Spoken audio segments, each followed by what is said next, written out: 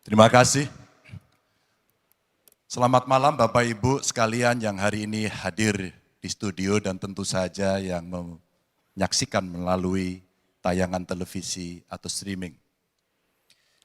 Kami membaca sekaligus mencatat persoalan luar negeri, pertahanan keamanan, dan tentu saja dari tiga ini kami akan menyampaikan poin per poin. Yang pertama terkait dengan politik luar negeri kita. Politik luar negeri kita adalah alat untuk negosiasi terhadap dunia luar, tapi kepentingan nasional harus nomor satu. Kenapa itu menjadi penting? Karena kita mesti betul-betul bisa melakukan redefinisi terhadap politik luar negeri yang bebas aktif, yang disesuaikan dengan kondisi kekinian. Ini penting karena apa? Karena kita perlu untuk memilih, memilah, dan memprioritaskan yang menjadi kekuatan, keinginan dari bangsa dan negara ini. Rakyat butuh bekerja. Rakyat butuh lapangan kerja lebih banyak. Investasi harus lebih banyak. Maka kita mesti memperkuat infrastruktur diplomasi kita, duta besar, para diplomat, dan tentu saja inilah yang mesti kita berikan penugasan-penugasan untuk membereskan persoalan-persoalan kepentingan ekonomi nasional dalam konteks kekinian. Dan tentu saja kita tidak pernah lupa, Indonesia selalu setia pada kesepakatan yang pernah diambil. Dekolonisasi yang dilakukan mendorong, meyakinkan kita semua untuk membebaskan seluruh bangsa tanpa boleh mengintervensi satu dengan yang lain. Dan inilah komitmen kita pada kemerdekaan Palestina yang kita dukung terus-menerus.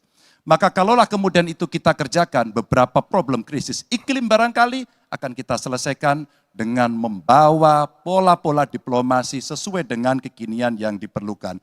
Atau barangkali kepentingan UMKM yang mesti kita bawa ke dunia internasional seperti praktek yang pernah kami lakukan di Jawa Tengah.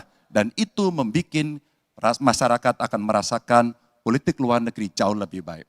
Pertahanan, sistem pertahanan rakyat semesta mesti kita dorong, kita lapisi dengan pertahanan yang betul-betul berlapis dan kita jadikan benteng pertahanan Nusantara sebagai sebuah satu kesatuan.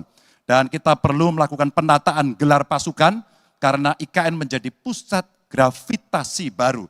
Dan ini bagian dari antisipasi terhadap tarung global antara Amerika Serikat dan Tiongkok. Untuk itulah pertahanan kita mesti masuk pada wilayah 5.0 dengan teknologi sakti, dengan rudal hipersonik, senjata cyber, sensor kuantum, dan sistem senjata otonom, dan itu bisa dilakukan kalau anggaran dari Kemenhan itu 1-2% dari PDB, sehingga MEF kita akan bisa tercapai.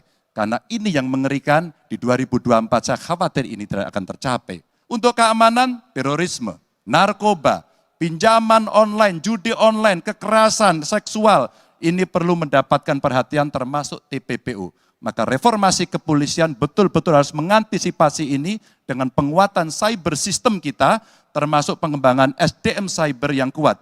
Polisi yang menjadi pengabdi masyarakat betul-betul akan bisa mengayomi.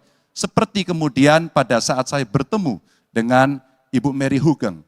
Bagaimana Ibu Mary menceritakan bahwa polisi kita mengayomi dengan kesungguhan. Polisi kita hidup dengan sangat sederhana. Dan mereka punya integritas yang tinggi. Sebagai anak polisi, saya paham betul ini sesuatu yang sulit dan pasti akan bisa kita lakukan. Dan tentu saja inilah capaian-capaian yang akan kita lakukan oleh Ganjar Mahfud. Bismillah, insya Allah kami siap.